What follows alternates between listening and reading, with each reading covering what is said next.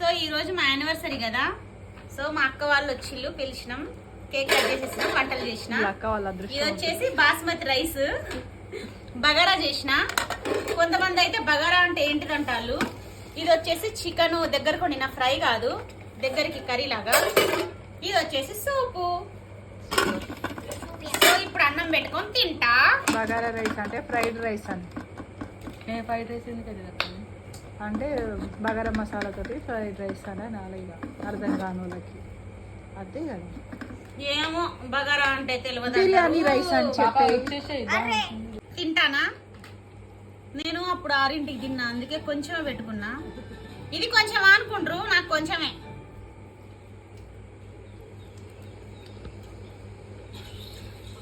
బాగుంది. ఖరాబ్ అవుతుంది పడుతుంది.